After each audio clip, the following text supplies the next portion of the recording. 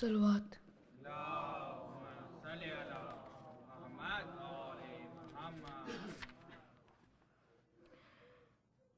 بانو یہ عابد کو بتلا رہی ہے، میری سکینہ کو نیند آ رہی ہے، میری سکینہ کو نیند آ رہی ہے.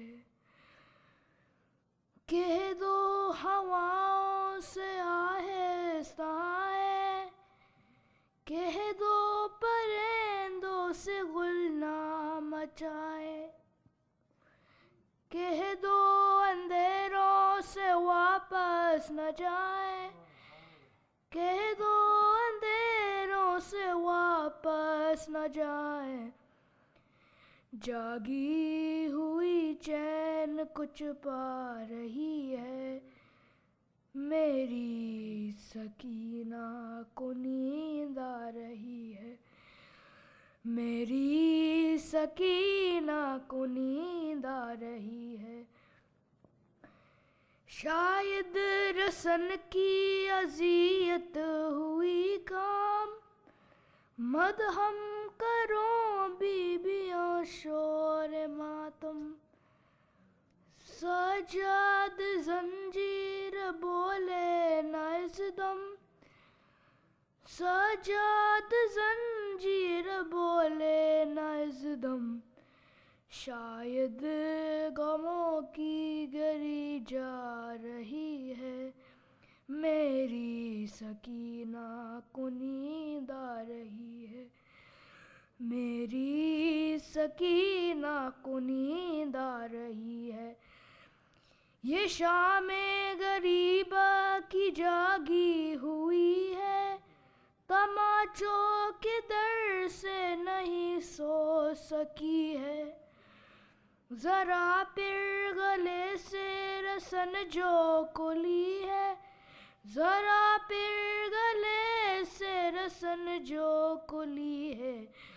سکون سے جو اب سانس لے پا رہی ہے، میری سکینہ کو نیند آ رہی ہے، میری سکینہ کو نیند آ رہی ہے. مگر یہ ہوا کیا کہ زندان رویا، بدن روح کے ساتھ بچی کا سویا. نہ جاگی وہ عابد نشانہ ہلایا، نہ جاگی وہ عابد نشانہ ہلایا. اور اب ماں یہ کہہ بھی نہیں پا رہی ہے، میری سکینہ کو نیند آ رہی ہے، میری سکینہ کو نیند آ رہی ہے. بانو یہ عابد کو بتلا رہی ہے، میری سکینہ کو نیند آ رہی ہے.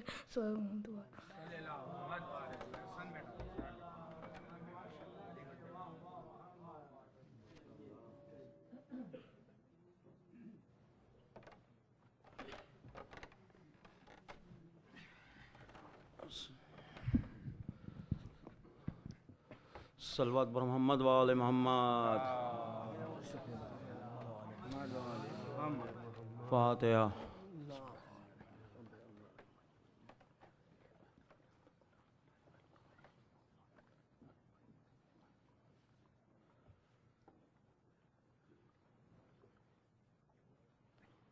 صلوات.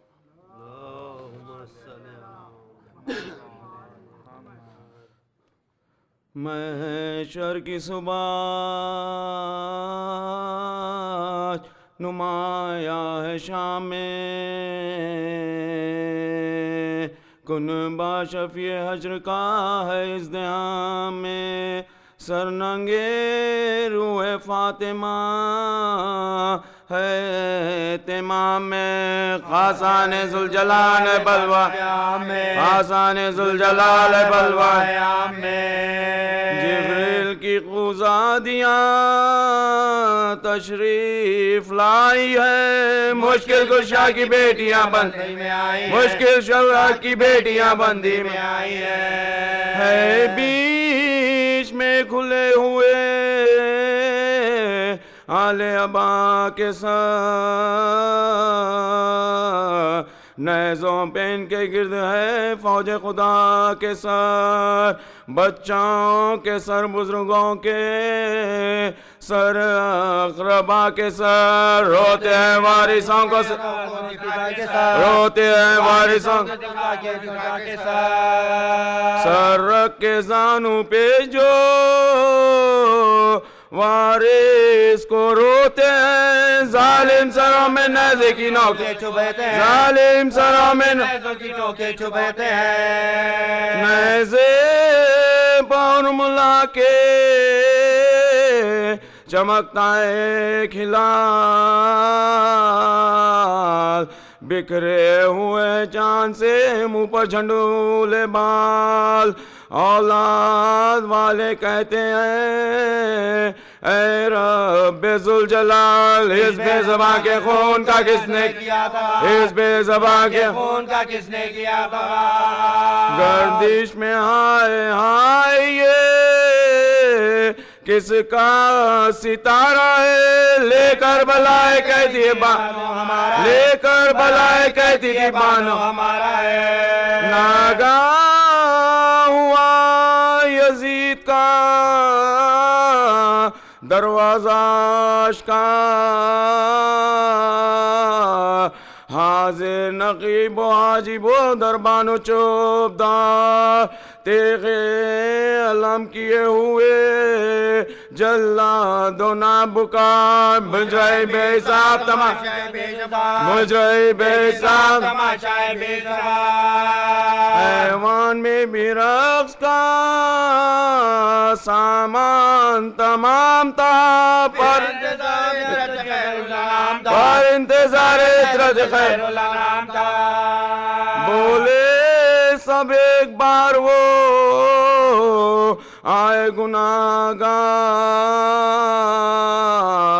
آئے قصوروار وہ آئے گناہگار جلاد و ہوشیار وہ آئے گناہگار وہ آئے بے دیار وہ آئے گناہگار وہ آئے بے دیار وہ آئے گناہگار جب سے کہ آسمان خدا نے بنائے ہیں آل رسول آج بندی میں آئے ہیں آل رسول آج بندی میں آئے ہیں پہنچے مراد کو سفر اپنا تمام ہے اترو اسیرو اترو ادب کا مقام ہے آگے تو آستان ہے سلطان شام ہے دیکھو تو کیا جلال ہے کیا انتظام ہے دیکھو تو کیا جلال ہے کیا انتظام ہے اس کی ولا میں عرش کو ہم نے ہلا دیا گھر پنجت کا گھر پنجت ان کا خاک میں بالکل ملا دیا سننا یہ تھا کہ سب کے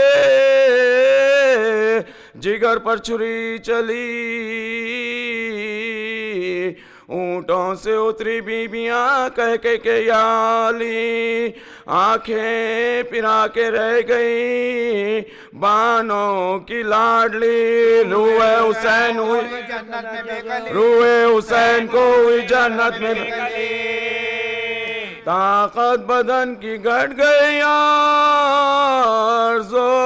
بڑھ گیا اترے جو بے سائے دم سب کا چڑھ گیا سینے میں دم بینا سمائتے ہیں غضب جو آئے ریسمالی ہاتھوں میں بے ادب گھبرا کے پوچھا بیووں نے تجویز کیا ہے؟ بولا عمر کے مجلس بولا عمر کے مجلس حاکم منظور ہے کہ روح علی پھر ملول ہو مجمع میں رو یا مجمع میں رو پکاریا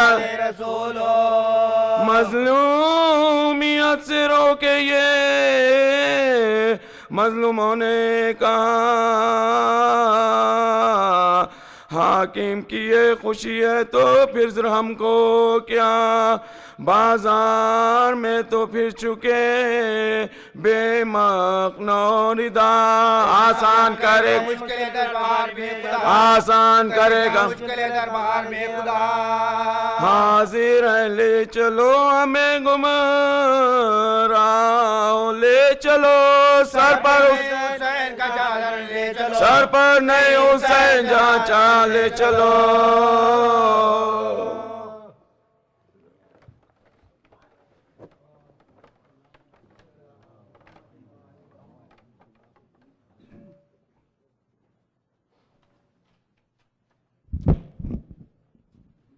مومنین آپ لوگوں کو بتا دیں آج مجلس کے اختتام پہ لیڈیز میں تابوت جناب سکینہ علیہ السلام برآمد ہوگا اور مجلس کے بعد انشاءاللہ نیاز کا انتظام ہے. آپ لوگوں سے گزارش ہے کہ نیاز چک کر جائیں اور ایک سورہ فاتحہ کی التماس ہے آپ لوگوں سے. مرحومہ سکینہ بی بی، نظر علی، غلام علی، افسری بیگم، احمدی بیگم، میر منیم علی اور جملہ حاضرین مجلس کے مرحومین کے لیے سورہ فاتحہ.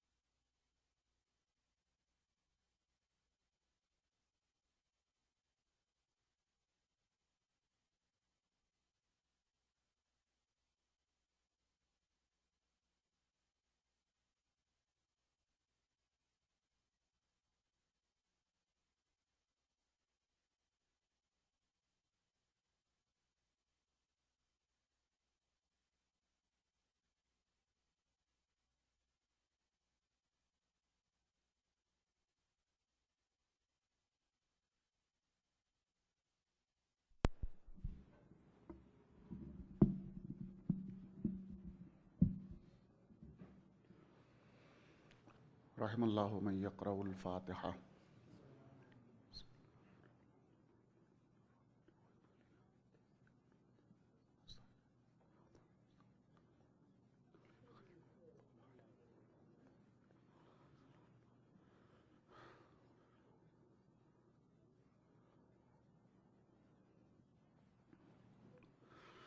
لا حول ولا قوة إلا بالله العلي العظيم. أعوذ بالله من الشيطان اللعين الرجيم. بسم الله الرحمن الرحيم. الحمد لله الذي لم يتخذ صاحبة ولا ولدا ولم يكن له شريك في الملك ولم يكن له ولي من الذل وكبره تكبيرا.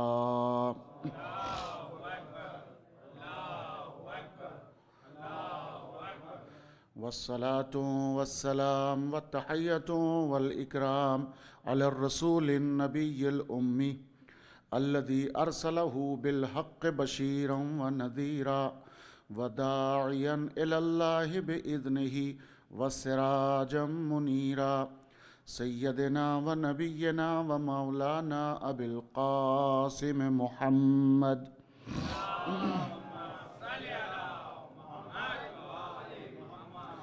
وأهل بيته الطيبين الطاهرين المعصومين الهاديين المهديين الذين أذهب الله عنهم الرجس وطهرهم تطهيرا.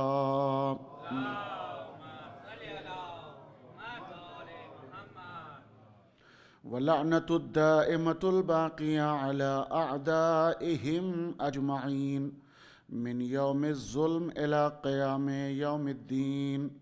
أما بعد فقد قال الله تبارك وتعالى وقوله الحق وهو أصدق الصادقين بسم الله الرحمن الرحيم أفمن يهدي الله أن يهديه يشرح صدره للإسلام صلوات پڑھیں محمد.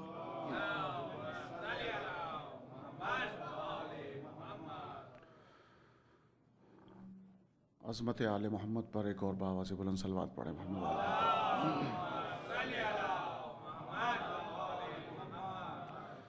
ہماری طاعت اور عبادتیں پروردگار اہل بیت کے صدقے میں قبولیت کا شرف عطا فرمائے. ایک اور بلند ترین صلوات پڑھیں محمد.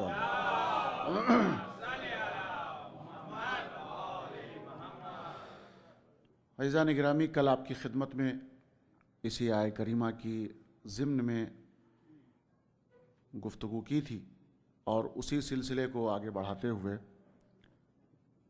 آپ کی خدمت میں ترجمہ پیش کر رہا ہوں. اللہ سبحانہ و تعالیٰ سورۃ الانعام میں 125ویں آیہ کریمہ میں یہ ارشاد فرما رہا ہے کہ اللہ جسے چاہتا ہے کہ اس کی ہدایت کرے تو اس کے سینے کو کشادہ کر دیتا ہے. کس کے لیے؟ اسلام کے لیے. اس کے سینے کو کشادہ کر دیتا ہے اسلام کے لیے. کس کے سینے کو کشادہ کرتا ہے؟ جس کو اللہ ہدایت دینا چاہتا ہے.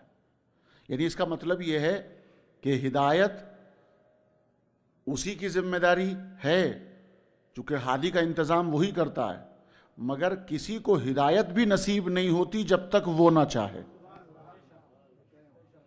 اس کے بعد پروردگار کہتا ہے کہ وَمَن يُرِدْ أَن يُضِلَّهُ، جس کو اللہ یہ چاہے کہ وہ گمراہی میں پڑا رہے تو يَجْعَلْ صَدْرَهُ ضَيِّقًا حَرَجًا، تو اس کو گمراہی میں چھوڑ دیتا ہے اور اس کے سینے کو تنگ کر دیتا ہے. بات سمجھ میں آ رہی ہے نا؟ ضَيِّقًا حَرَجًا، دشوار ترین کر دیتا ہے، تنگ کر دیتا ہے اس کے سینے کو. كَأَنَّمَا يَسَّعَدُ فِي السَّمَاءِ، گویا ایسے تنگ ہو جاتا ہے کہ جس طرح ایک انسان سے کہا جائے کہ تو آسمان کی طرف پرواز کر، تو جتنا ڈیفیکلٹ اس کے لیے ہوتا ہے صرف سوچ لینا، قبول اسلام کے لیے اس کے لیے اتنا ہی مشکل ہوتا ہے. كَأَنَّمَا يَسَّعَدُ فِي السَّمَاءِ كَذَلِكَ يَجْعَلُ اللَّهُ الرِّجْسَ عَلَى الَّذِينَ لَا يُؤْمِنُونَ، اس طرح سے اللہ رجس کو ان لوگوں کے اوپر طاری کر دیتا ہے کہ جن کے پاس ایمان نام کی کوئی چیز نہیں ہوتی. رجس وہی ہوتا ہے جہاں ایمان نہیں ہوتا. صلوات پڑھیں محمد و آل محمد پر.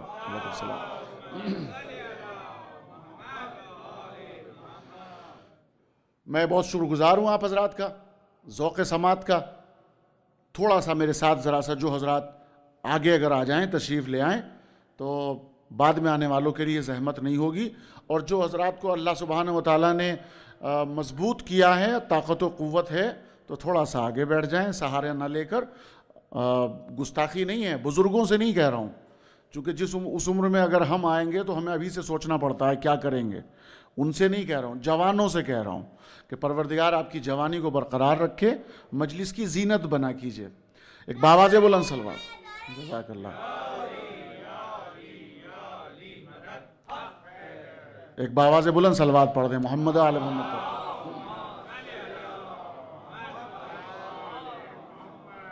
بہرحال میں نے کل بھی گزارش کی تھی کہ فاصلہ مت چھوڑا کریں، چونکہ ہم لوگ بلا فصل کے ماننے والے ہیں.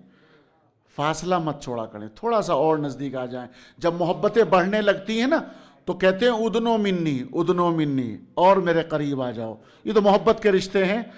خدا کرے یہ محبت سب کے دلوں میں قائم ہو. ایک باواز بلند صلوات پڑھیں محمد و آل محمد پر. جزاکم اللہ. شکریہ. دیکھیے ایک دو آیتوں کی ذرا سی مہلت دے دیں، اصل گفتگو پر میں آتا ہوں انشاءاللہ. اللہ سبحانہ و تعالیٰ یہ فرماتا ہے کہ جسے اللہ ہدایت دینا چاہتا ہے اس کے سینے کو کشادہ کر دیتا ہے. صرف یہ ایک مقام پہ نہیں، اللہ نے بہتیرے مقامات پر پروردگار نے مختلف انداز میں بیان کیا ہے. صرف ایک آدھ جملہ میں ایک آدھ آیت کو کوٹ کروں گا آپ کے سامنے تاکہ اصل مدعا حاصل ہو جائے. پروردگار رب العزت ایک مقام پر کہتا ہے کہ افمن شرح اللہ صدرہ للاسلام فہو نور، یعنی فہو علی نور من ربہ. افمن شرح اللہ صدرہ للاسلام، یہ سورۃ الزمر 39واں سورہ قرآن مجید کا، اس میں اللہ سبحانہ وتعالی ارشاد فرماتا ہے افمن شرح اللہ صدرہ للاسلام. کیا اس کو دیکھو گے تم کہ اللہ سبحانہ وتعالی نے جس کے سینے کو کشادہ کر دیا ہے اسلام کے لیے، گویا علی نور من ربہ، گویا وہ اپنے اللہ کی طرف سے نور کا، دیکھیے رب کی طرف سے نور کا حامل ہو گیا ہے. یعنی جس کے سینے کو اللہ نے اسلام کے لیے کشادہ کر دیا ہے، گویا اس کا مطلب یہ ہے کہ وہ اپنے رب کی طرف سے نور کا متحمل ہو گیا ہے. کتنا بڑا مرتبہ ہے. یہ سورۃ الزمر ہے. ایک اور آیہ کریمہ آپ کی خدمت میں پیش کر دوں تاکہ مدعا اور ہم نزدیک آ جائیں. پھر اللہ ارشاد فرماتا ہے وَلَكِنْ شَرَحَ، لیکن اگر کسی نے اپنے سینے کو شرح بالکفر صدرن فعلیہ غضب من اللہ وعذاب علیم. اگر کسی نے اپنے سینے کو کشادہ کر دیا کس چیز کے لیے؟ کفر کے لیے. یعنی اس کا مطلب یہ ہے کہ سینے کا کشادہ کر دینا یہ کمال نہیں ہے، سینے کا تنگ کر دینا یہ کمال نہیں ہے.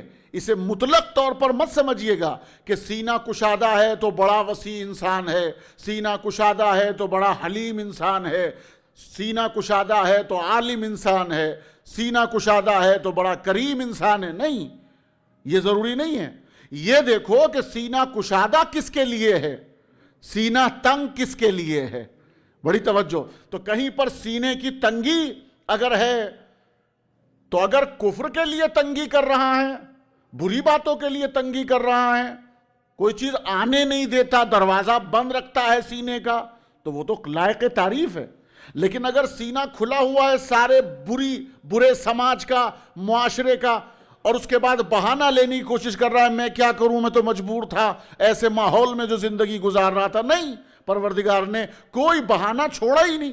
کوئی انسان یہ نہیں کہہ سکتا کہ میں مجبور تھا. میں کچھ کہہ رہا ہوں، یعنی تنگی اور کشادگی یہ دونوں طریقے سے نہ ہی مطلقاً خیر ہے نہ ہی مطلقاً شر ہے. دیکھنا پڑے گا مورد کیا ہے، دیکھنا پڑے گا موقع کیا ہے، دیکھنا پڑے گا تمثیل کس کے لیے دی گئی ہے. اب سینے کو اللہ سبحانہ وتعالیٰ نے بار بار ذکر کیا ہے، اور سینے کو جیسے کہ میں نے کل عرض کیا تھا کہ صدر کہتے ہیں، صدر کی جمع صدور ہے.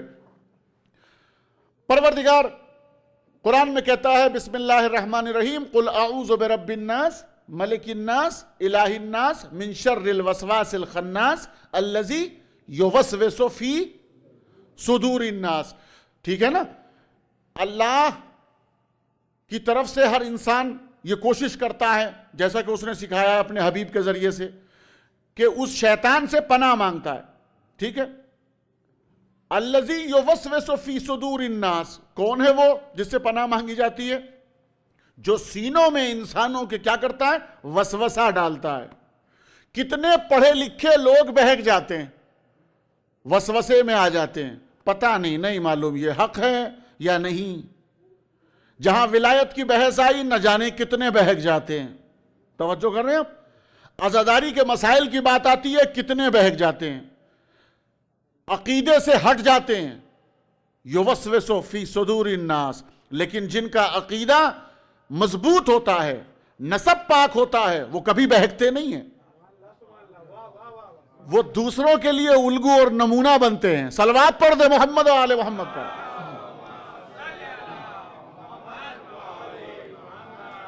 وہ کسی طرح کا ان کے یہاں بہانہ نہیں ہوتا، بلکہ اگر ایک ہوتا ہے نا شرح اسلام لیے ہوئے, شرح ایمان لیے ہوئے, شرح تقوی لیے ہوئے, شرح ولایت لیے ہوئے سینے میں اگر اکیلا ہوتا ہے اور کسی بھی سماج میں پہنچ جائے تو وہ ان کو اپنا ہم نفع بنا دیتا ہے.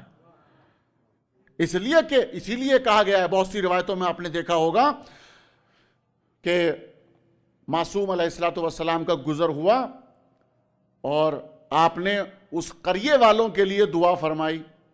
کس چیز کی؟ منتشر ہونے کی. لیکن جہاں لوگ کام نہیں آئے, امام کے کام نہیں آئے, معصوم کے کام نہیں آئے, کہا انہیں آباد رکھے پروردگار, انہیں یہی آباد کر دے. تو اس پوچھنے والوں نے پوچھا کہ سرکار یہ کیا, جو لوگ کام نہیں آئے, صحیح معنی میں اچھے نہیں تھے, ان کی آبادی کی دعا دے رہے ہیں آپ, یہ پھولیں پھلیں یہیں. اور جہاں پر مسئلہ یہ تھا ان کے لیے آپ فرما رہے ہیں کہ یہ دنیا میں منتشر ہو جائیں. کہا اس لیے کہ وہ ہماری ولایت ان کے دلوں کی گہرائی میں اتر چکی ہے, وہ دنیا میں منتشر ہو جائیں, فائدہ ہے, بینیفٹ ہے. اگر ایک شیعہ کہیں پر پہنچ جائے گا وہ ہزاروں کو شیعہ بنا لے گا. توجہ فرما رہے ہیں. تو اصل مقصد یہ ہے کہ آیا دین بھی حلق سے اترا کہ نہیں اترا. ہم دین کو یہ سمجھتے ہیں کہ اپنے ٹیسٹ کے اعتبار سے, اپنے ذائقے کے اعتبار سے, اگر ہمیں اچھا لگ رہا ہے, مسائل اچھے لگ رہے ہیں, دین اچھا ہے, اور ہماری مرضی کے خلاف کچھ آ گیا تو پھر ذرا سا لمبے اونچے نیچے سانس جو ہیں وہ شروع ہو جاتے ہیں, گفتگو لمبی شروع ہو جاتی ہے. تو دین اس کا نام نہیں ہے. ہمارے مزاج کیا کہتا ہے, ہماری طبیعت کیا کہتی ہے, ہماری خواہش کیا کہتی ہے, اس کا نام دین نہیں ہے. دین اس کا نام ہے جو قدرت چاہے, دین اس کا نام ہے جو آل محمد چاہیں, دین وہ ہے جو صاحب دین چاہے, اس کا قانون ہے. تو اب گفتگو ہو رہی ہے کہ سینہ اور دل یہ اس کی باؤنڈری ہے. اب اس کے لیے ضروری ہے کہ ماحول سازگار ہو, زمانہ ہو, زمانے کے ساتھ ساتھ جو ہے وہ مکان کی ضرورت ہے, زمان کی ضرورت ہے, موقع فراہم ہو آداب سیکھنے کے لیے, احکامات سیکھنے کے لیے, علوم سیکھنے کے لیے, ولایت سیکھنے کے لیے, عزاداری کے مسائل کو سیکھنے کے لیے, ہر کچھ سیکھنے کے لیے ضروری ہے کہ زمانہ ساتھ ہو, آپ کے وقت ساتھ دے رہا ہو آپ کا, یہ بھی سب ضروری ہے. مثال دوں میں آپ کے سامنے, قوت ہونا ایک الگ چیز ہے مگر زمانے کا سازگار ہونا یہ ایک الگ چیز ہے. مثال دوں, آپ کے پاس دولت ہے, مال ہے, ٹھیک ہے, آپ ظاہر ہے گھر میں نہیں رکھتے, اس کو بینک کے حوالے کرتے ہیں. اب بینک کے حوالے کرنے کے لیے آپ رات کو نکلے 2 بجے اور جا کے دروازہ نوک کر رہے ہیں, یہ بتائیے بینک پہنچے کہ نہیں پہنچے؟ کہنے لگے ہاں پہنچ گئے. دروازے پر پہنچ گئے, ایڈریس تو غلط نہیں ہے؟ کہتے نہیں ایڈریس بھی غلط نہیں ہے, بالکل صحیح دروازے پر پہنچے, یہی ہمارا اکاؤنٹ ہے. مال لیے کھڑے ہیں موجود بینک پر مگر کوئی کھولتا نہیں ہے. کیا بینک کے اندر صلاحیت نہیں ہے اس بات کی کہ وہ آپ کے مال کو حاصل کر لے؟ صلاحیت ہے, لیکن کیا ہے, دروازہ بند ہے, سینے کا دروازہ صدر بند ہے, تو دل تک پہنچیں گے کیسے؟ سمجھ میں آ رہی ہے بات؟ مال ہے آپ کے ہاتھوں میں, آپ جمع کرنا چاہتے ہیں, صحیح جگہ پہنچ گئے ہیں, زمانہ ساتھ نہیں دے رہا ہے, وقت ساتھ نہیں دے رہا ہے. توجہ کر رہے ہیں آپ؟ تو اب ضروری کیا ہے کہ ایسے وقت پہ جائیں کہ دروازہ کھلا ہوا ہو. یعنی اس کا مطلب یہ ہے کہ وہ علوم حاصل کرنے کے لیے بھی ضروری ہے کہ زمانہ آپ کا ساتھ دے, وقت آپ کا ساتھ دے. کچھ ایسے ہوتے ہیں کہ زمانہ ساز بن جاتے ہیں, وہ زمانے کے محتاج نہیں ہوتے, زمانہ ساز بن جاتے ہیں. صلوات تو پڑھ دے محمد و آل محمد پر.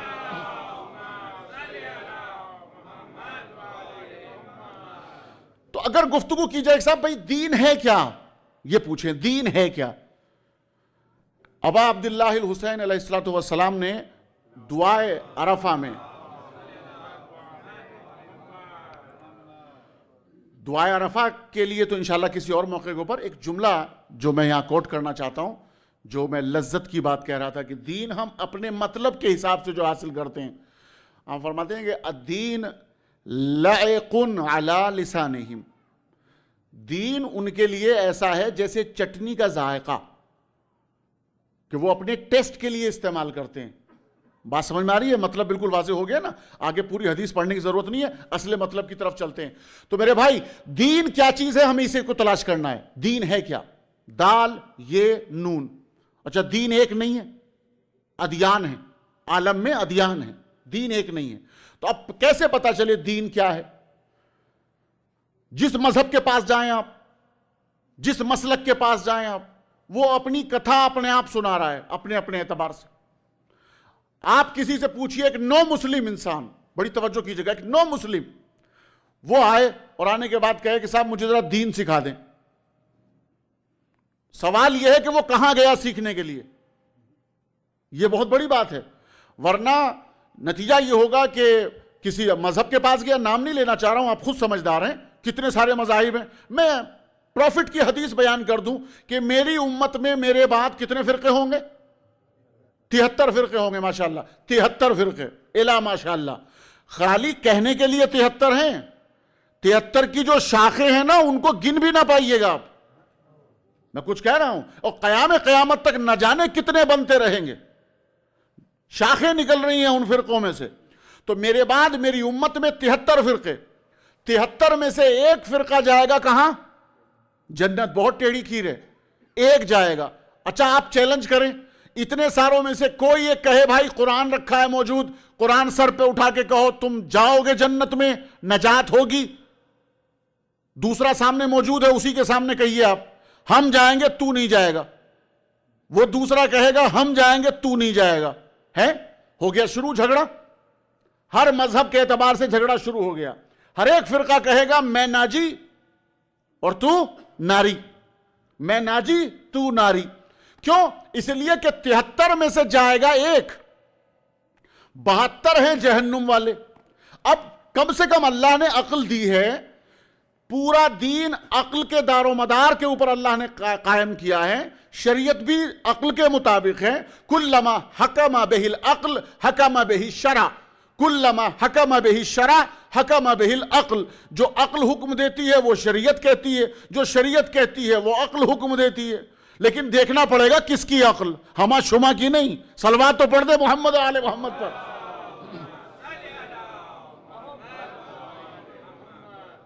تو اب جب عقل کے مطابق ہے، دین کے سارے مسائل عقل کے مطابق ہیں، تو میرے بھائی کم سے کم عقل سے بھی تو سوچیں اس بات کو کہ آخر وجہ کیا ہے۔ 73 کے 73 میں سب چیزیں مساوی ہیں، مثلا نماز ہے سب میں، تو آپ کہیں گے بے شک مسلمان ہی نہیں جو نماز کو نہ مانتا ہو، نماز نہ پڑھو، بھلے یہ کون سی باتیں کریں آپ، نماز سب پہ، سب مانتے ہیں نماز کو۔ روزہ ہے سب میں، ہے۔ حج ہے، وَلِلَّهِ عَلَى النَّاسِ حِجُّ الْبَيْتِ مَنِ اسْتَطَاعَ إِلَيْهِ سَبِيلًا، سب میں۔ آتُوا الزَّکَاۃ سب میں، بڑی لمبی لمبی لسٹیں ہیں باقاعدہ۔ تو میرے بھائی پھر کون سی خاص وجہ ہے کہ جو ایک جائے گا اور 72 کیسے پہچانے؟ تو کوئی ایک علامت ایسی ہے کہ جو 72 میں نہیں ہے، ایک میں ہے۔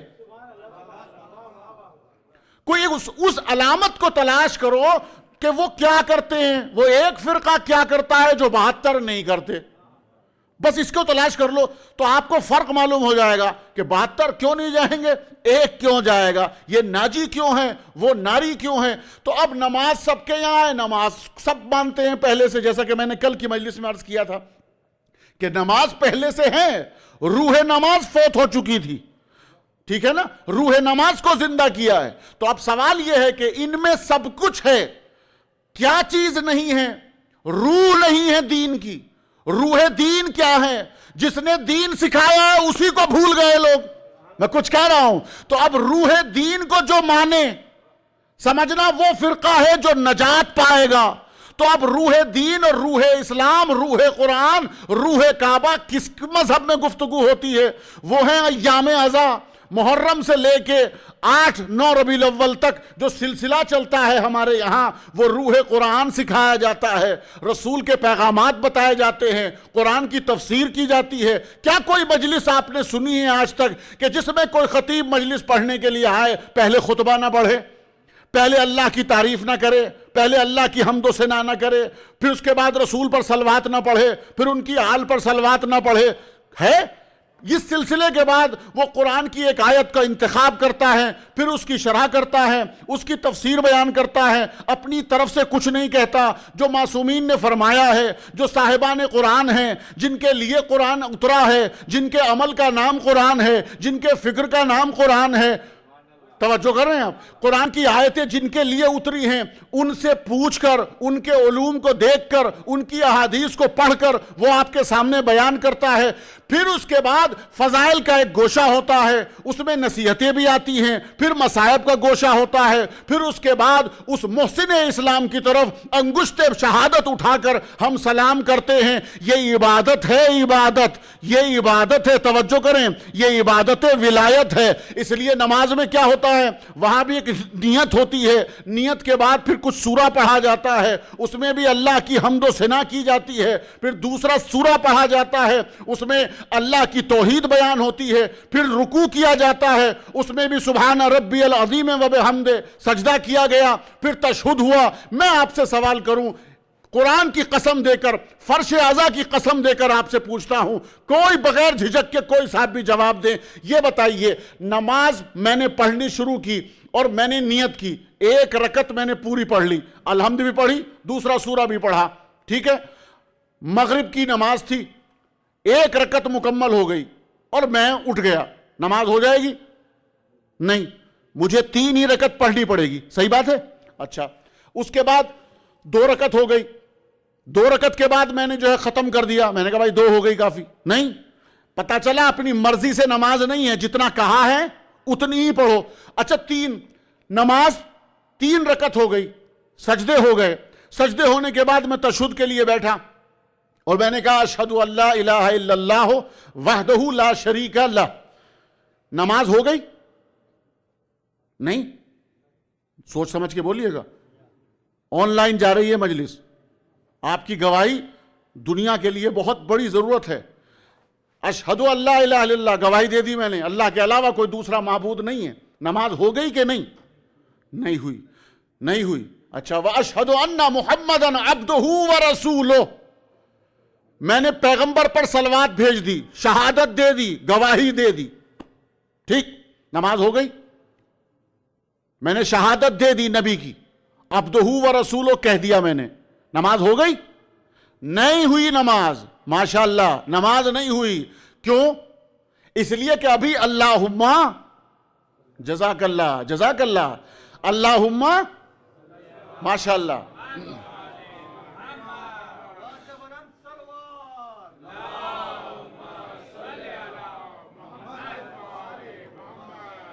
من لم یصلی علیکم لا صلاۃ لہ، اے اہل بیت جو تم پر صلوات نہ پڑھے اس کی نماز نہیں. یہ میں نہیں کہہ رہا ہوں، امام شافعی کہہ رہے ہیں. ٹھیک ہے نا؟ امام شافعی کہہ رہے ہیں لا یصلی علیکم لا صلاۃ لہ، اے اہل بیت جو تم پر نماز نہ پڑھے، جو تم پر صلوات نہ پڑھے، درود نہ پڑھے، اس کی نماز نہیں. تو اب یہ بتائیے، وہاں سے لے کے جو میں نے شروع کیا تکبیرۃ الاحرام سے لے کر سورہ الحمد پورا پڑھ لیا، سورۃ البقرہ پورا پڑھ لیا، رکوع کر لیا، سجدہ کر لیا، جب تک صلوات نہیں پڑھی نماز مکمل نہیں ہوئی. ٹھیک ہے؟ اب بھی مکمل نہیں ہے. ٹھیک ہے، صلوات اصل ہے لیکن نماز اب بھی نہیں ہوئی.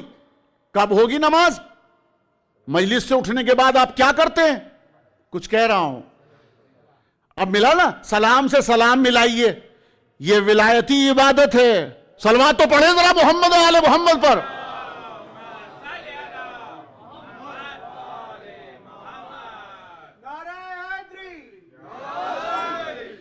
آپ نے کہا السلام علیکہ ایہا النبی ورحمت اللہ وبرکاتہ. توجہ جملے کے اوپر. جب تک کوئی بھی مومن، کوئی بھی مسلمان، چاہے کسی بھی فرقے کا ہو، جب تک نبی پر سلام نہ بھیجے اس کی نماز مکمل نہیں ہوتی. سنی، شیعہ، حنفی، حنبلی، مالکی، دیوبندی، رافضی، جتنے بھی فرقے بنا لیں، غور سے سنیں، نماز اس وقت تک مکمل نہیں جب تک کہ السلام علیکہ ایہا النبی ورحمت اللہ وبرکاتہ نہ کہہ لیں. نبی پر جب تک سلام نہ ہو جائے، جس نے نماز دی ہے بانی اسلام کو، جب تک سلام نہ کر لیں، بڑی توجہ، جب تک بانی اسلام کو سلام نہ کر لیں اس وقت تک نماز نہیں ہوتی. تم وہ ہو کہ جب تک نبی کو سلام نہ کرو نماز نہیں ہوتی. مسلمانوں کی کتابوں میں لکھا ہے کہ حضور اکرم کی روزانہ عادت تھی, روٹین تھا کہ صبح کی نماز سے پہلے در بطول پہ کھڑے ہو کر کہتے تھے السلام علیکم یا اہل بیت النبوہ و معدن الرسالہ. پھر جاتے تھے اور آیے تطہیر کی تلاوت فرماتے تھے انما یرید اللہ لیذہب عنکم الرجس اہل البیت ویطہرکم تطہیرا.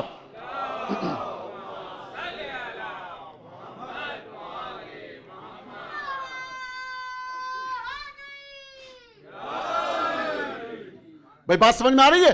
تم وہ ہو کہ جب تک سلام نبی پر نہ کر لو نماز نہیں ہوتی, نماز تمام نہیں ہوتی, نماز تمام نہیں ہوتی. اور وہ نبی جس پر تم سلام بھیجے بغیر تمہاری نماز تمام نہیں ہوتی, اس نبی کی نماز شروع نہیں ہوتی جب تک اہل بیت کو سلام نہ کر لے.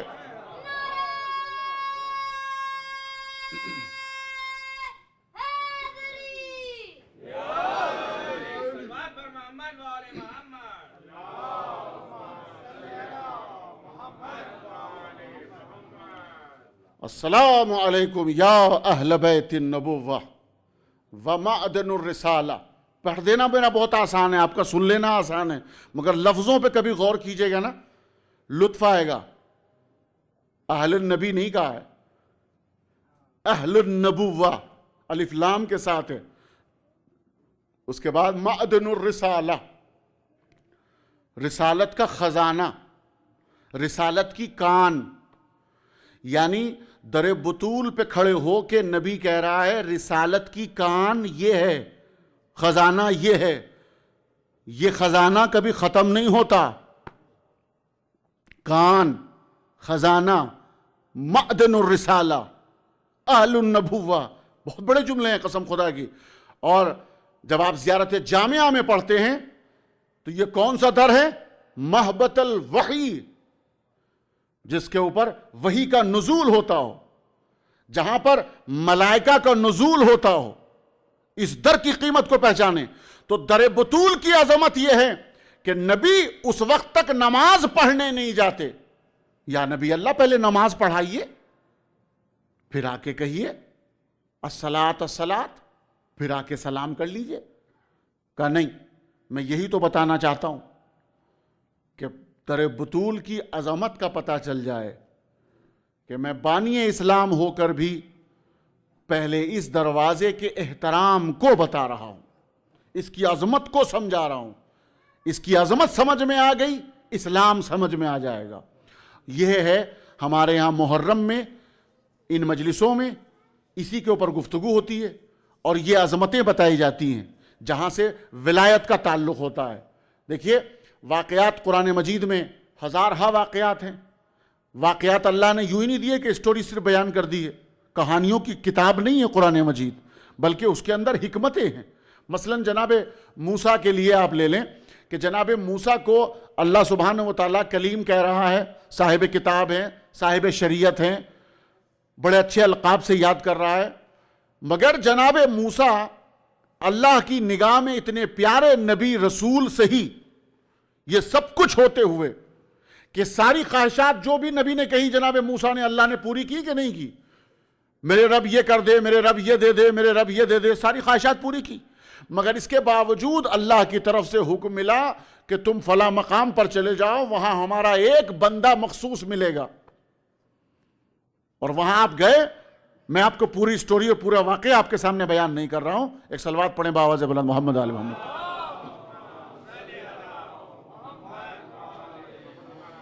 واقعہ آپ کے سامنے ہے. بھنی ہوئی مچھلی ساتھ میں تھی, ٹھیک ہے, اور وہ مچھلی رکھ دی کہ بھوک لگے گی, کھانا کھائیں گے آرام سے. اور تھوڑی دیر گزری, پتھر کے اوپر رکھی ہوئی, پتہ چلا زندہ ہو کر جو ہے وہ پانی میں سرک گئی. اور جب وقت آیا تو جناب موسیٰ نے کہا ہاں بھائی لاؤ کھانے کو دو. کہنے کو سرکار وہ مچھلی تو, کہلیں بھنی ہوئی مچھلی, آپ توجہ کریں یہ قرآن ہے, بھنی ہوئی مچھلی زندہ ہو کر چلی گئی. اچھا اب اس کے بعد مسائل کیا ہیں؟ درمیان میں آپس میں گفتگو شروع ہوئی کہ صاحب اللہ کی طرف سے حکم ملا ہے, میں آپ سے سیکھنے کے لیے آیا ہوں. بہت بڑی بات ہے, اتنا عظیم مرتبہ ہوتے ہوئے جناب موسیٰ جیسا, اور وہ جناب خضر کے پاس جا رہا ہے سیکھنے کے لیے. تو اب جناب خضر بھی یوں ہی مفت میں سکھا نہیں رہے ہیں, شرطیں رکھ رہے ہیں. پہلے کنڈیشن ہے. کہتے کنڈیشن کیا ہے؟ کہنے لگے آپ وَلَن تَسْتَطِيعَ مَعِيَ صَبْرًا. 16ویں پارے میں آپ دیکھیں گے باقاعدہ پوری تفصیل ہے. میں آپ کے سامنے پورا واقعہ آپ کے سامنے نہیں پڑھ رہا ہوں, میں تو صرف اس جملے کی طرف جا رہا ہوں جو مجھے آپ کو سمجھانا ہے. کیا کہا؟ آپ میرے ساتھ صبر نہیں کر سکتے. لن تستطیع معی صبرا. ارے صاحب یہ کیسی بات ہے, آپ آتے ہی پہلے ہی جملہ کہہ رہے ہیں کہ آپ میرے ساتھ صبر نہیں کر سکتے, تحمل نہیں کر سکتے, برداشت نہیں کر سکتے, پہلی شرط میری ہے. ارے صاحب جو شرط بھی کہیں مجھے سیکھنا ہے, مجھے علم چاہیے, نالج چاہیے, جو شرط بھی کہیں مجھے منظور ہے. کہنے لگے دیکھ لو, میری پہلی شرط یہ ہے کہ آپ بیچ میں بولیں گے نہیں. منظور ہے؟ کہنے لگے ہاں منظور ہے. چپ رہو گے؟ کہنے لگے ہاں چپ رہوں گا. اب ہاں ہو گئی. اتنا عظیم مرتبے کا نبی وعدہ لے رہا ہے, اتنا عظیم مرتبے کا نبی وعدہ دے رہا ہے. اب اس کے بعد جو سلسلہ شروع ہوا وہ آپ کے سامنے ہے کہ کشتی میں بیٹھے اور جناب خضر نے جو ہے وہ سوراخ کرنا شروع کر دیا, پانی اندر آنے لگا, برداشت سے باہر ہو گئی. جناب موسیٰ چلا اٹھے, ہیں یہ کیا کر رہے ہیں آپ؟ اچھی خاصی نئی بالکل کشتی, وہ بیچارہ روزی کما رہا ہے اس کے ذریعے سے, وسیلہ ہے روٹی کا, اور آپ اس کے اندر سوراخ کی جا رہے ہیں, نقص ڈال رہے ہیں اس کے اندر. جس کے اندر نقص نہیں ہے اس کو نقصدار بنا رہے ہیں, عیبدار بنا رہے ہیں. یہ کیا کر رہے ہیں آپ؟ موسیٰ میں نے نہیں کہا تھا کہ آپ بولیں گے نہیں. اوہ سوری, ٹھیک, میں اب نہیں بولوں گا. یہ قرآن ہے بھائی, کوئی سٹوری اور واقعہ الگ سے نہیں بیان کر رہا ہوں. اچھا, اب دوسری منزل آپ کے سامنے آئی. دیکھا بچے کھیل رہے ہیں, اور کھیلتے کھیلتے بچوں میں سے ایک بچے کے اوپر نگاہ گئی, جناب موسیٰ کی بھی اور جناب خضر کی بھی. جناب خضر کی نگاہ پہلے, جناب موسیٰ کی نگاہ بعد میں, چونکہ سکھانے والا معلم آگے اور شاگرد پیچھے. اب جیسے ہی نگاہ گئی جناب خضر علیہ السلام آگے بڑھے, اور بڑھنے کے بعد اس بچے کو لیا. یہ کیا ہے بھائی؟ اچھا خاصا بچہ جو کھیل رہا تھا ختم کر دیا. جناب موسیٰ سے تو برداشت سے باہر ہو گیا مسئلہ. سرکار یہ کیا کر دیا آپ نے؟ بچے کو مار ڈالا. اچھا خاصا کھیل رہا تھا, کون سی خطا کی تھی اس نے, اس کو مار ڈالا آپ نے؟ کہ وہ تو سٹوری بعد میں ہوگی, پہلے یہ بتائیں ہمارا آپ کا درمیان میں معاہدہ تھا نا, یہ وعدہ تھا نا کہ آپ بولیں گے نہیں. لن تستطیع معی صبرا, میں نے نہیں کہا تھا آپ سے. سوری, پھر ہو گئی سوری جناب. اب تیسری منزل, تیسرا واقعہ. ایک دیہات اور ایک قریے کی طرف سے جب گزر ہوا تو وقت وہ آیا کہ کچھ خواہش پیدا ہوئی کہ کچھ کھا لیا جائے. لوگوں سے کہا, دیکھیے ایسے بھی افراد ہوتے ہیں دنیا میں کہ بجائے اس کے کہ مہمان نوازی خود کریں, سامنے کا مہمان خود کہہ رہا ہے بھائی کچھ ہے کھانے کے لیے. تو انہوں نے کہا صاحب نہیں, انکار کر دیا انہوں نے. اور جب انہوں نے انکار کر دیا تو جناب خضر علیہ السلام جو ہے آگے بڑھے. انہوں نے دیکھا کہ ایک دیوار ہے جو گرنا چاہتی ہے, اور آپ نے اس دیوار کو سیدھا کر دیا. جناب موسیٰ علیہ السلام نے کہا کمال کیے آپ نے, ان لوگوں نے کھانا دینے سے انکار کر دیا اور آپ یہاں مدد کرنے کے لیے چلے ہیں, دیوار سیدھی کر دی. اچھا ٹھیک ہے, آپ نے دیوار بھی سیدھی کر دی, اگر اسی کی اجرت طے کر لیتے تو کم از کم کھانا تو مل گیا ہوتا. کہ میں نے آپ سے کہا تھا نا, بس اب بہت ہو گئی, اب سوری نہیں چلے گی جناب. ہیں سوری از ناٹ بلیسنگ. ابھی کیا ہوگا؟ ہذا فراق بینی و بینک. موسیٰ بہت ہو گئی, اب تمہارے میرے درمیان میں فراق ہے. جملہ حوالے کروں, ولایت آل محمد پہ سرشار مجمع سامعین, ذوق سماعت رکھنے والے افراد کے لیے جملہ حوالے کر رہا ہوں, اس کی قیمت سمجھیے گا.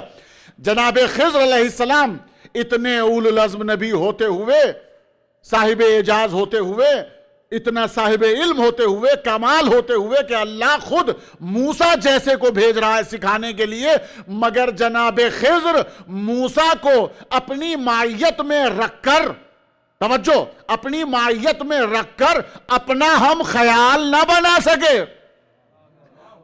نوبت آ گئی ھذا فراق بینی و بینک. توجہ چاہ رہا ہوں اس جملے کے اوپر.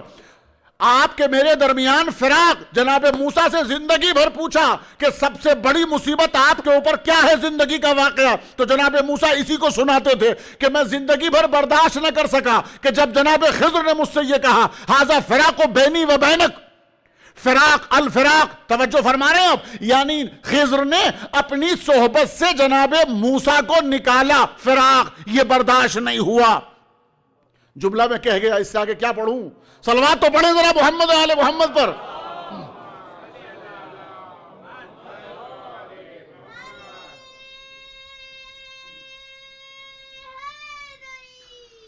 ماشاءاللہ, سلامت رہو بیٹا. اب سوال یہ ہے, جملہ حوالے کر رہا ہوں پھر, جو نہیں سمجھ سکے جوانوں کے لیے. آپ تو بزرگ حضرات ہیں, آپ سے صرف دعائیں چاہیے مجھے, جوانوں کے لیے پڑھ رہا ہوں مجلس. جناب موسیٰ معیت جناب خضر میں موجود ہیں, آئے ہیں علم و فن و کمال سیکھنے کے لیے, لیکن جناب خضر نے اپنا ہم خیال نہیں بنایا, نہ بنا سکے. ٹھیک ہے نا, یہی ہوا نا, ظاہر تو یہی ہے. اب آگے ڈیپ میں کیا ہے وہ تو پھر بات کی داستان ہے, مگر ہمارے سامنے جن کے لیے ہم ہر سال 2 مہینے 8 دن فرش عزا بچھاتے ہیں, وہ حسین ابن علی. ولایت کا تعلق آپ ملاحظہ فرمائیں کہ اس حسین کے معیت میں جو بھی آیا, چاہے وہاب ہو, چاہے حبیب ابن مظاہر ہو, چاہے حر دلاور ہو, سب کو حسین بنا دیا, ہم خیال بنا دیا.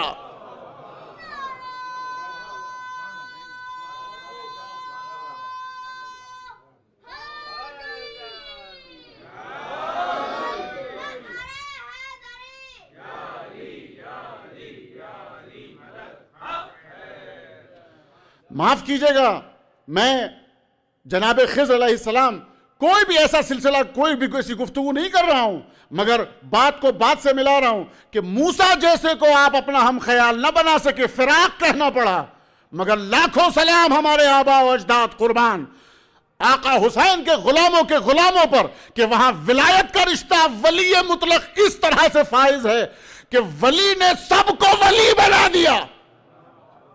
اس ولی خدا نے سب کو ولی بنا دیا. آپ کہیں گے صاحب دلیل کیا ہے؟ دلیل یہ ہے کہ جب آپ ہر شب جمعہ زیارت وارثہ پڑھتے ہیں تو اس کے بعد ایک زیارت پڑھتے ہیں, السلام علیکم یا اولیاء اللہ وحباہ.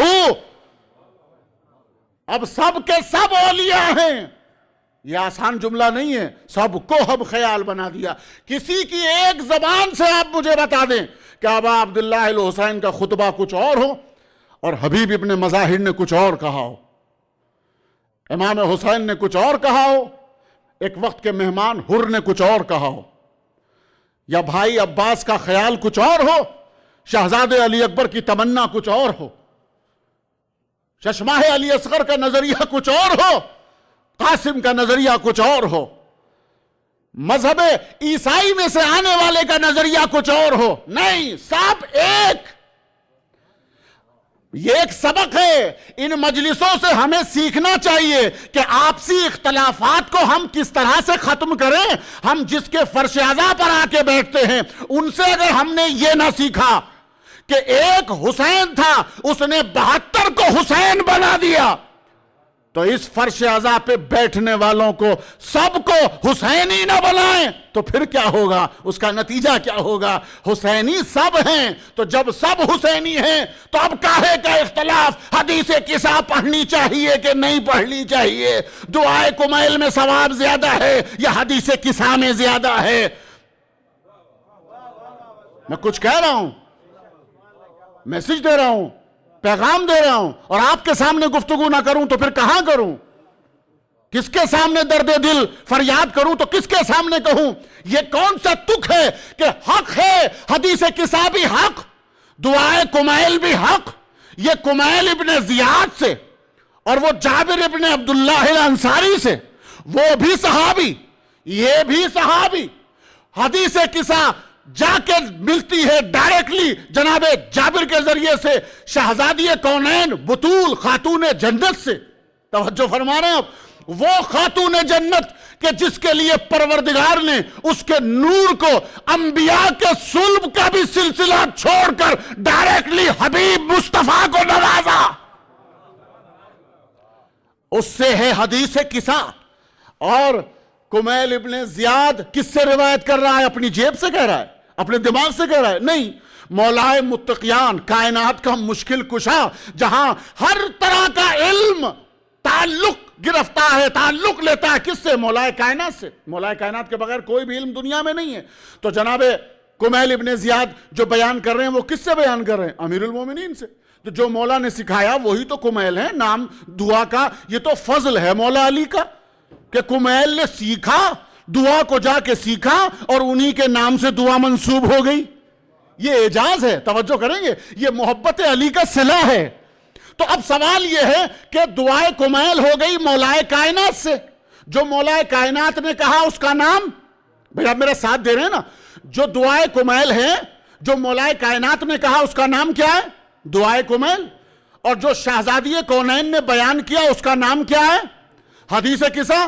اب ترازو کے دو پلڑوں میں ایک طرف بی بی خاتون جنت، ایک طرف مولائے کائنات. اب آپ پوچھ رہے ہیں یہ افضل ہے یا یہ افضل ہے؟ تو پہلے یہ بتا سیدہ افضل ہیں یا بطول افضل ہیں؟ سیدہ وہ ہیں کہ جس کے لیے سرکار خاتم الانبیاء تعظیم کرتے ہوئے نظر آتے ہیں، اور سیدہ بطول کے سامنے علی وہ ہے جو حاکم ہے، جب وہ آ جائے تو بطول اس کے لیے اٹھتی ہے.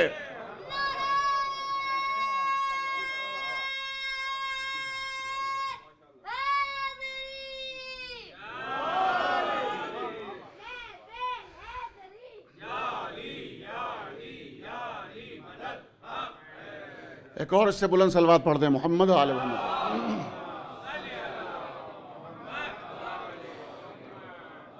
انشاءاللہ سلسلہ رہے گا گفتگو کا آپ کے اذہان عالیہ کی طرف ذوق سماعت کے لیے.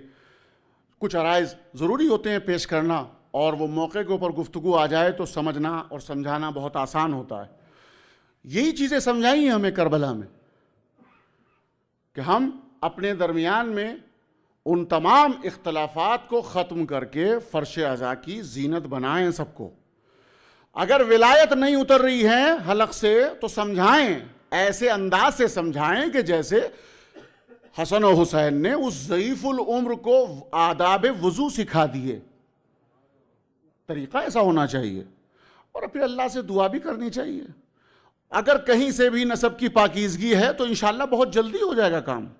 لیکن اگر وہیں سے اندھیرا ہے تو پھر آپ زندگی بھر تبلیغ کرتے رہیے، کچھ اثر ہونے والا نہیں ہے. صلوات تو پڑھتے محمد والے محمد پر.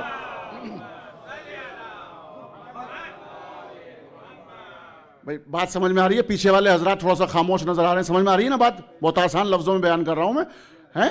اوکے. تو میں گزارش یہ کر رہا تھا کہ ہمارے لیے سب سے بڑی ضروری چیز یہ ہے کہ ہم یہ پیغام محدود نہ کریں، بلکہ اس پیغام کو ہم دوسروں تک پہنچائیں. اسی لیے ہم جعفری، اثنا عشری، شیعہ، حیدر کرار کے ماننے والے، امام زمانہ کے چاہنے والے، ہمارا ایک ایک بچہ ایسا ہو کہ جب وہ کسی دوسرے سماج میں چلا جائے تو اسے بتانا نہ پڑے کہ میں فلاں مذہب سے تعلق رکھتا ہوں، بولنا نہ پڑے. بغیر بولے دنیا والے کہیں کہ یہ بچہ وہ ہے جن کے یہاں عزاداری ہوتی ہے، یہ حسینی ہے، یہ کربلا والا ہے. ہماری پہچان، ہماری لباس سے پہچان ہو، ہماری کردار سے پہچان ہو. ٹھیک ہے؟ مولا کائنات علی ابن ابی طالب کی زندگی اور ان کی سیرت پر چلنے کی اس طرح سے ہم کوشش کریں کہ وہ گھریلو ماحول بھی ہمارا وہی اہل بیت طاہرین کا ہونا چاہیے کہ جس کی طرف اگر ہم تھوڑی بہت بھی توجہ دے لیں تو پھر اہل بیت طاہرین کا کرم اور ان کا فضل و کرم جس کی طرف ہو جائے، ذرا سی بھی نظر اس طرف مڑ جائے تو وہ دنیا کا سب سے بڑا خوش نصیب ہوتا ہے اور آخرت میں بھی خوش نصیب ہے. اور یہی وجہ ہے کہ جن لوگوں نے ابا عبداللہ الحسین کی عظمت کو پہچان لیا تھا، انہوں نے اپنے آپ کو ہر طرح سے نہ جان کی پرواہ کی، نہ مال کی پرواہ کی، بلکہ ان کے قدموں میں اپنی جان کو نچھاور کر دیا. ہم سے کہتے ہیں لوگ کیوں روتے ہیں اتنا؟ جس کا گھر میں سے کوئی لٹ جاتا ہے، مر جاتا ہے، وہی تو روتے ہیں۔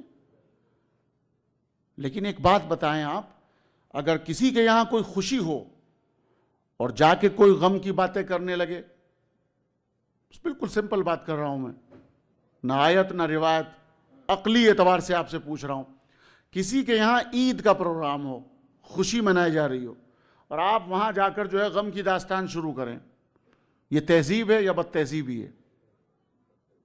لیکن اسی طرح سے اگر کسی کے یہاں غم ہو اور آپ وہاں جو ہے خوشی کا اظہار کریں تو آپ اس کے لیے کیا کہیں گے؟ تو بھائی ہمارے یہاں 2 مہینے 8 دن مسلسل یہ غم منایا جاتا ہے، اس کا ہمیشہ دھیان رکھیں، اس کا ہمیشہ احترام کریں۔ محرم اور سفر کہ جس کے لیے رہبر کبیر انقلاب نے یہ کہا کہ ہم نے جو کچھ بھی حاصل کیا ہے اسی محرم اور سفر کے ذریعے سے حاصل کیا ہے، جو کچھ بھی آج اسلام میں ہمیں ملا ہے وہ محرم اور سفر کے ذریعے سے ملا ہے۔ یہ بہت بڑی بات ہے، ایک وقت کا مجتہد اور مرجع یہ جملہ کہے عزاداری کے لیے، تو روح عزاداری کا فلسفہ سمجھ میں آتا ہے کہ پھر کیا ہے وہ آخر چیز کہ جس کی وجہ سے جن لوگوں کو معرفت ہو گئی تھی انہوں نے اپنے آپ کو قربان کر دیا۔ 17 روز کا دولہا وہ یہ نہیں سوچ رہا ہے کہ میرا گھر کس طرح سے چلے گا، بیوی کے حقوق میں کیسے ادا کروں گا، وہ یہ نہیں دیکھ رہا ہے، بلکہ وہ یہ دیکھ رہا ہے کہ میں اپنی جان کو نچھاور کیسے کروں، سبقت کیسے کروں۔ ایک ماں اپنے جوان کے لیے یہ نہیں سوچتی کہ وہ دعا دے کہ پروردگار اسے طول عمر دے، صحت دے، عافیت دے، نہیں، یہ کربلا کی ماں ہے، وہ یہ نہیں دعا دیتی، یہ ہماری مائیں ہیں، لیکن کربلا کی ماں وہ ہمیشہ یہ کہتی ہے کہ کتنی دیر کر رہے ہو تم مرنے کے لیے، میری آنکھیں ترس رہی ہیں تمہیں خون میں نہائے ہوئے، تمہارے اعضاء و جوارے میں جدائی دیکھنا چاہتی ہوں۔ یہ کربلا کی ماں ہے۔ یہ جذبہ دیا تو کس نے؟ یہ حوصلہ آیا تو کہاں سے آیا؟ کربلا کی ماؤں کے اندر۔ اللہ اکبر۔ بس میں نے ختم کیا آپ کی زحمت کو۔ پروردگار آپ کو کوئی غم نہ دے سوائے غم آل محمد کے۔ یہ مدینہ وطن چھڑوایا گیا، 2 محرم کو کربلا میں آئے، اور کربلا میں آنے کا سلسلہ بھی بڑا عجیب بیان کیا جاتا ہے کہ جیسے ہی ورود ہوا ہے تو آپ کو معلوم ہے ایک ہوا چلی، اور جیسے ہی ہوا چلی شہزادی کی ردا سرک گئی۔ ایک بار اپنے ماجائے سے کہا، بھیا کچھ آثار اسباب اچھے نہیں لگتے۔ اب حسین نے کیا کہا ہوگا، اپنی ماجائی بہن زینب کو کیسے سمجھایا ہوگا کہ کچھ وقت گزرنے دو، میری شہادت ہو جائے تو چادر کا پتہ چلے گا۔ اللہ اکبر۔ اور کربلا کے اندر آج میں آپ کے اذہان عالیہ کو متوجہ کر رہا ہوں کہ ہم سب سے زیادہ مجلسوں میں جو ذکر کرتے ہیں یا ایک 4 سالہ بچی کا ذکر ہوتا ہے، اور یا زیادہ سب سے زیادہ 6 مہینے کے علی اصغر کا ذکر ہوتا ہے۔ یہ ایسا ذکر ہے کہ کوئی بھی سخت سے سخت دل، پتھر دل رکھنے والا کیوں نہ ہو، وہ رونے لگتا ہے۔ کون؟ سکینہ۔ سکینہ کا نام خود سکون سے ہے۔ ابا عبداللہ الحسین نے جس کو نماز شب میں مانگا اس کا نام سکینہ ہے۔ آپ سوچ سکتے ہیں صاحبان اولاد کا مجمع ہے، آپ کے گھروں میں بھی بیٹیاں ہیں، میری مائیں بہنیں بیٹھی ہوئی ہیں مجلس میں آئی ہوئی، ان کے پاس بھی چھوٹی چھوٹی بچیاں ہیں۔ آپ کو احساس ہو سکتا ہے کہ ایک باپ کے دل میں کم سن بچی کی محبت کیا ہوتی ہے، اور پورے گھر میں سب سے زیادہ رجحان بچی کا باپ کی طرف ہوتا ہے۔ پورے دن کی داستان اپنے باپ کو، اور شام میں جیسے ہی باپ کا سینہ ملے ساری باتیں بابا کو سنانا شروع کر دیتی ہے۔ بابا آج یہ ہوا، بابا آج یہ ہوا۔ کیوں ہے یہ باپ اور بیٹی کا رشتہ ہے، یہ محبت ہے۔ لیکن ہاں جب معلوم ہے آپ کو کہ ہر بیٹی باپ کے سینے پہ سوتی ہے، فریاد کرتی ہے، اپنی کتھا سناتی ہے تو کیا سکینہ حسین کے سینے پہ سو کر اپنی داستان نہ سناتی ہوں گی؟ ضرور سناتی ہوں گی۔ یہی تو وجہ ہے کہ جب حسین رخصت ہونے لگے تو سکینہ نے ایک ہی سوال کیا تھا، بابا یہ تو بتا دے اب کس کے سینے پہ سوؤں گی؟ تو حسین نے یہ کہا کہ جا کے اپنی اماں کے پاس سو جانا۔ تو سکینہ نے ایک ہی جملہ کہا تھا، بابا اماں کے پاس تو علی اصغر میرا بھیا ننھا مجاہد۔ کہ نہیں بیٹا اب جگہ بدل لو، اصغر میرے پاس سوئے گا، تم ماں کے ساتھ رہنا۔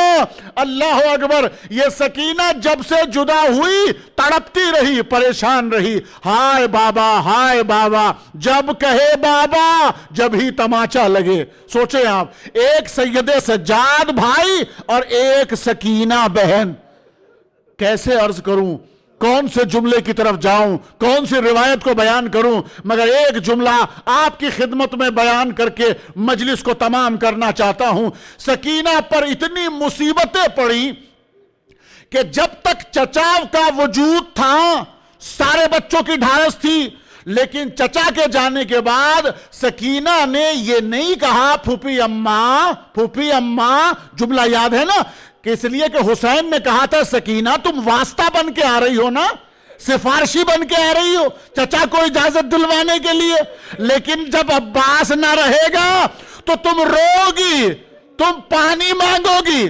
تو اب سکینہ کے وہ جملے یاد ہیں، تو پانی نہیں مانگتی چچا کے بعد۔ اب تو سب سے زیادہ فریاد یہ ہے کہ بابا میں آپ کو رو نہیں سکتی، جب بھی بابا کہہ کر روتی ہوں تو تماچا لگتا ہے۔ بچی زمین پہ گرتی ہے، دامن کو جھاڑ کے کھڑی ہو جاتی ہے، اور اس کے بعد فرات کا رخ کر کے کہتی ہے چچا عباس گواہ رہنا، پانی نہیں مانگ رہی ہوں، بابا کو رو رہی ہوں۔ یہی حال ابن زیاد کے دربار میں تھا، یہی حال یزید کے دربار میں تھا، یہی حال قید شام میں تھا۔ بچی تڑپتی رہی، روتی رہی، رخساروں پر تماچوں کے نشان۔ لیکن ایک وقت وہ بھی آیا کہ یہ سکینہ روتے روتے خاموش ہو گئی، چپ ہو گئی، سکینہ خاموش ہو گئی، اور منزل یہ آئی کہ اب سب نے یہ دیکھا، محسوس کیا۔ کیوں؟ اس لیے کہ بابا کہہ کر فریاد کر رہی تھی۔ تو اب کیا کیا جائے؟ دربار تک جب یہ آواز پہنچی رونے کی تو وہاں سے سوال ہوا کہ جا کے دیکھو کیا کوئی مر گیا قید خانے میں؟ تو پوچھنے پر پتا چلا کہ نہیں، کوئی مرا تو نہیں، بلکہ سکینہ اپنے بابا کو یاد کر رہی ہے۔ تو آپ کو معلوم ہے کیا ہوا؟ سر حسین بھیج دیا گیا۔ آپ سمجھتے ہیں کہ تمنا پوری ہو گئی؟ اللہ نہ دکھائے کسی بیٹی کو باپ کا کٹا ہوا سر، اور جیسے ہی سر آیا تو اب سکینہ کی تمنا اس لحاظ سے تو پوری ہو گئی کہ بابا آ گئے۔ اب سر حسین کو لے کر بچی نے رونا شروع کیا، اور روتے روتے ساری بیویاں چاروں طرف بیٹھی ہوئی ماتم کر رہی ہیں، ہائے حسینہ، واہ عباسہ، واہ علیہ، واہ جعفرہ، واہ اکبرہ، واہ قاسم، یہ فریادیں ہیں، ماتم ہو رہے۔ اور تھوڑی دیر گزری کہ بچی خاموش ہو گئی، سب نے آہستہ آہستہ جگہ دی کہ بچی کو نیند آ گئی، الگ ہٹ جاؤ، علیحدہ چلی جاؤ۔ مگر تھوڑی دیر کے بعد اب جو زینب اور ام کلثوم آگے بڑھی، ہاتھ کو یوں ہاتھ رکھا، اب جو دیکھا تو نبض نہیں، قفص عنصری سے روح پرواز کر چکی۔ ارے ایک مرتبہ زینب نے کہا انا للہ و انا الیہ راجعون، اے عابد بیمار تیری بہن گزر گئی، اب میں کیسے کہوں کہ ہاتھوں میں ہتھکڑیاں، پاؤں میں بیڑیاں، گلے میں ٹوکے خاردار۔ ارے اللہ نہ کرے کسی بھائی کو اتنا مجبور جیسا عابد بیمار بہن کو دفن کرے تو کیسے؟ دو ہاتھ نمودار ہوئے، سیعلم الذین ظلموا ای منقلب ینقلبون علی لعنۃ اللہ علی القوم الظالمین، انا للہ و انا الیہ راجعون۔ الہی بحق الزہرا و ابیہا و بعلہا و بنیہا، پروردگار ہماری اس مختصر قلیل عبادت کو قبول فرما، واجبات کی ادائیگی اور محرمات سے پرہیز کرنے کی توفیق عنایت فرما۔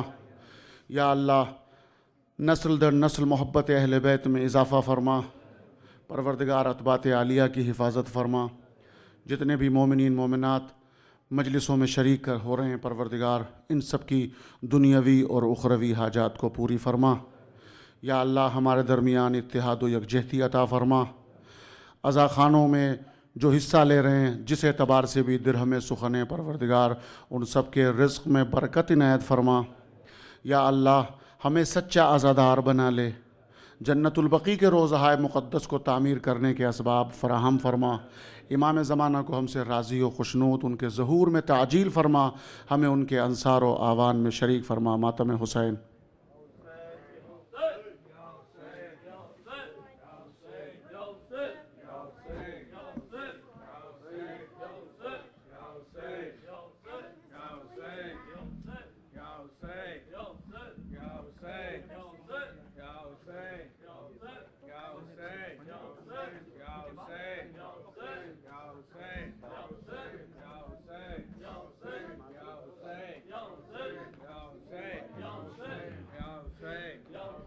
شام کا بازار ہے اور زینب دلگیر ہے، زینب دلگیر ہے۔ شام کا بازار ہے اور زینب دلگیر ہے، زینب دلگیر ہے۔ شام کا بازار ہے اور زینب دلگیر ہے، زینب دلگیر ہے۔ شام کا بازار ہے اور زینب دلگیر ہے، زینب دلگیر ہے۔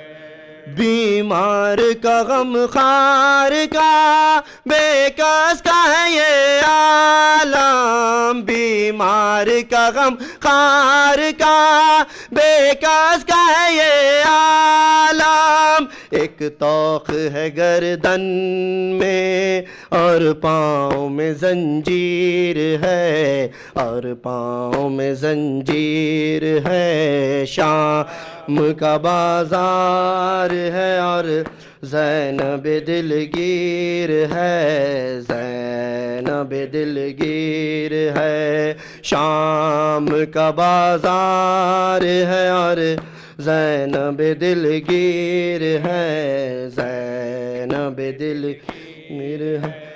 پامال تجھے زندہ آدھا نے کیا قاسم، پامال تجھے زندہ آدھا نے کیا قاسم۔